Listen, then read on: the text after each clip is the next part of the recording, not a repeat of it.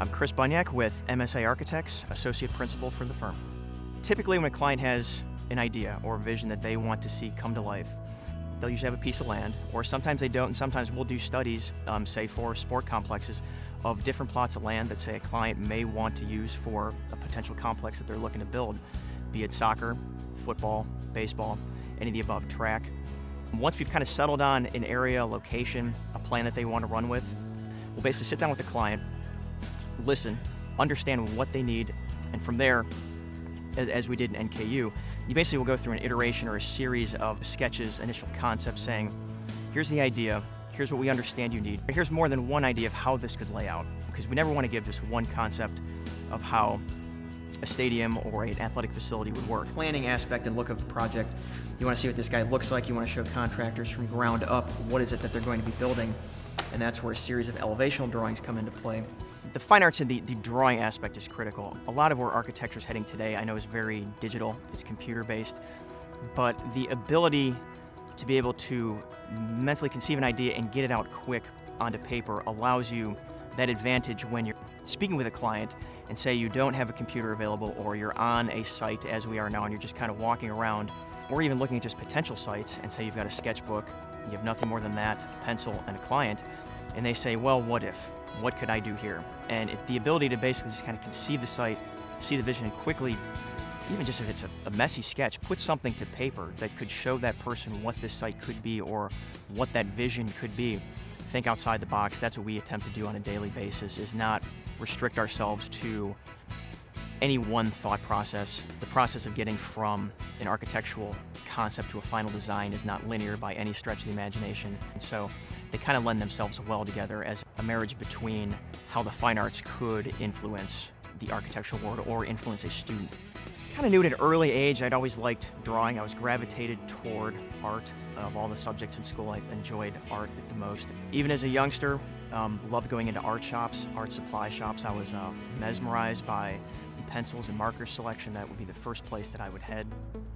The Lego piece was a great foundation. It was where I headed. It was the one toy that you could kind of just let your imagination go wild with. I would always had a great challenge in building the structures per the instruction, because each one had a specific way you would put it together, but a lot of times found more joy in kind of decomposing what you were supposed to build, taking these boxes of bricks and creating new structures. And then going through elementary school, again, art class was always my favorite to participate in. Once I got into a little bit higher education at the high school level, I had signed up for all the extracurricular art classes I possibly could, from beginner's art all the way through to advanced art. I didn't know exactly where I would take a fine arts piece with it, but architecture seemed like a really good way to apply that design and drawing portion in a manner in which you could see designs and drawings manifest themselves into real buildings, built structures for the environment. When I got into higher ed, college level UC, art wasn't as much of a factor. There was a lot more, say, technical components to how architecture went together, but the fact that I had the art background, the ability to draw and kind of express myself through that medium made explaining some of my ideas in a lot of those courses a bit easier. The ability to kind of jot down a quick sketch or a quick idea or a quick rendering helps go a long ways in explaining an idea to someone that you're speaking with, or someone that's got a vision that they want to see come to life. If you're able to draw it out quickly and show it to them, it's a great asset as a designer. Never stop drawing. That I love to do. Keep your sketchbook around, keep your pencils around, keep your pens around. Keep your eyes open. Your environment is what you're looking to help influence.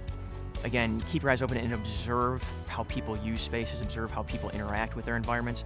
That helps you to understand how you can help create pieces of architecture, help create landscapes that benefit the user as a whole, the society as a whole, the fabric as a whole. Again, to pieces of advice: don't ever stop drawing. Don't stop thinking you can't achieve. That's critical.